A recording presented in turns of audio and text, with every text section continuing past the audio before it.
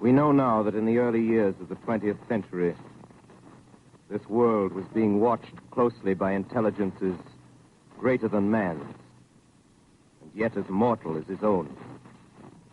We know now that as human beings busied themselves about their various concerns, they were scrutinized and studied, perhaps almost as narrowly as a man with a microscope might scrutinize the transient creatures that swarm and multiply in a drop of water. 30 de outubro de 1938, véspera de Halloween. Numa época em que o principal veículo de comunicação era o rádio, o ator e futuro cineasta Orson Welles narra trechos de A Guerra dos Mundos, um romance de H.G. Wells, e causa pânico generalizado nos Estados Unidos. George Orson Welles foi um ator, diretor, escritor e produtor norte-americano. É considerado um dos artistas mais versáteis do século XX no campo do teatro, do rádio e do cinema, em que obteve excelentes resultados. Ele participou de diversos filmes ao longo de sua carreira de ator e diretor, sendo que o mais icônico deles é Cidadão Kane, de 1941. No entanto, em 1938, Orson Welles propôs à rádio CBS que houvesse uma dramatização nas vésperas do Halloween daquele ano. Então, no dia 30 de outubro de 1938, trabalhando no programa Mercury Treat on the Air, resolveu fazer uma interpretação da obra A Guerra dos Mundos. O programa de 1 hora começou com a música tema do The Mercury Theatre on the Air,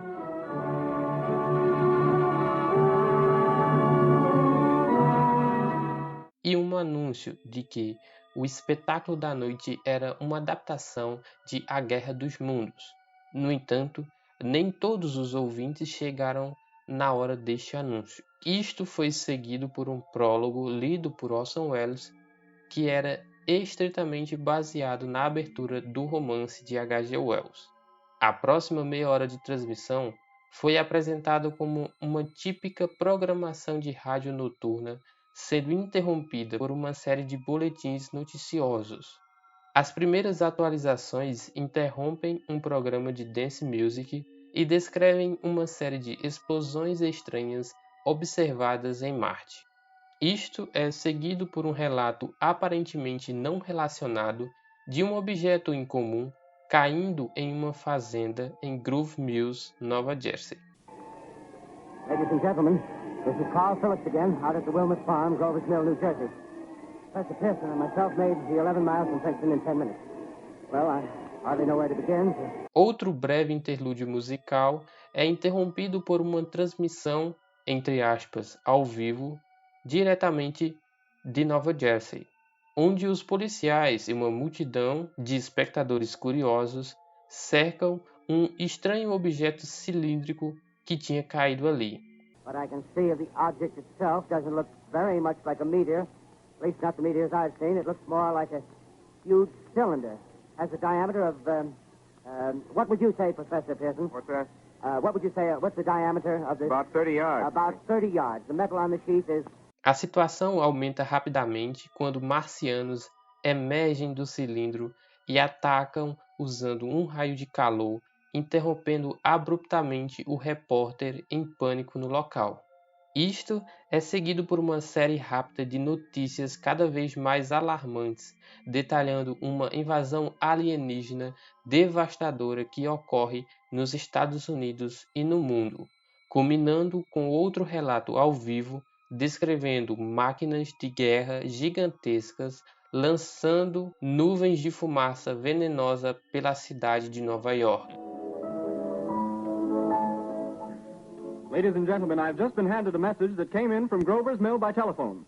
Just one moment, please. At least 40 people, including 6 state troopers, lie dead in a field east of the village of Grover's Mill. Their bodies burned and distorted beyond all possible recognition. Depois de um breve intervalo, o programa muda para o formato de radiodrama mais convencional e segue um sobrevivente que lida com as consequências da invasão. E finalmente, descobrindo que os marcianos foram derrotados não por humanos, mas por micróbios. Movimentações estranhas vindas do planeta Marte, discos voadores, alienígenas marcianos pouco amigáveis, ataques contra o planeta Terra e seus habitantes, armas invencíveis e destruidoras, como gases letais e raios laser, pânico geral, morte. Welles fez com que os atores e atrizes que participavam da dramatização fossem bem convincentes e dramáticos, e foi justamente o que fizeram. A chegada dos marcianos e seus ataques letais com gases e raio laser foram dramaticamente narrados. A audiência do programa da CBS subiu vertiginosamente neste momento, e poucos desconfiaram de que não era uma invasão real. Em uma sacada genial, Welles segurou a pausa e um silêncio aterrador tomou conta da rádio, aumentando a agonia do público, e começou a sair pelas ruas e mostrar seu pânico. As falsas notícias voltaram ao ar pouco depois, ainda narradas dramaticamente. O rebuliço nesta altura já era de outro mundo, se me permitem o trocadilho. Pessoas ligando para seus parentes mais distantes para se despedir. Correria e pânico nas ruas. Fuga em massa para as montanhas ou lugares distantes. Forças policiais completamente perdidas. E um número considerável de pessoas afirmando ver marcianos em todos os lugares. Um dos executivos da CBS, Davidson Taylor, apareceu no set do programa durante a transmissão e pediu para que fosse dita a verdade, pois aquele programa estava matando as pessoas de pavor. Welles recusou-se a parar o programa, pois o objetivo era exatamente aquele: provocar pavor nas pessoas. Logo depois, a polícia invadiu o local e interrompeu a transmissão, encerrando assim uma das maiores pegadinhas de Halloween de todos os tempos. O livro A Guerra dos Mundos, publicado lá em 1898, é uma das obras mais importantes da ficção científica. O primeiro livro a narrar uma invasão alienígena hostil, imaginando como seriam seus efeitos e repercussões na sociedade da época. A Guerra dos Mundos não foi o único livro que falava sobre Marte lançado próximo ao início do século XX. A gente tem, por exemplo, o John Carter de Marte, As Crônicas Marcianas e outras obras. Essas obras dão o pontapé inicial na ficção científica espacial, por assim dizer. Mas de todas essas obras, talvez a única que tivesse a capacidade de assustar pessoas fosse A Guerra dos Mundos. Justamente porque A Guerra dos Mundos é provavelmente o primeiro livro que narra uma invasão propriamente dita. E a interpretação que o Orson Welles traz para a história fez gerar um pânico, uma histeria coletiva naquelas pessoas que até então não tinham contato com esse tipo de coisa. Obviamente, uma coisa dessa é muito difícil que aconteça nos dias atuais. No entanto, em 1938, a sociedade era outra, os tempos eram outros, as crenças eram outras. Por exemplo, casos de avistamento de OVNIs foram começar a surgir com o caso que houve lá em Roosevelt, alguns anos depois, na década seguinte.